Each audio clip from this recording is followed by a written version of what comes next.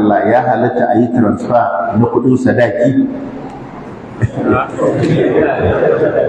To wato iyake a ni wasu na iya dara mu yake nufi saboda ranar juma'a an yi transfer din kudin sadaki muka ce naqadan ajalan wato malamai zamanin nan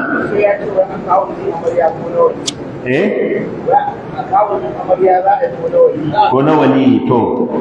yanzu na farko dai transfer idan alat ya fito qabdu ne karba ne na kadan ne in har alat ya fito in har aka ji wannan alat din ba irin alat din wannan rubar gudaji ba inda ka ji alat din wannan shikenan wannan qabd ne haka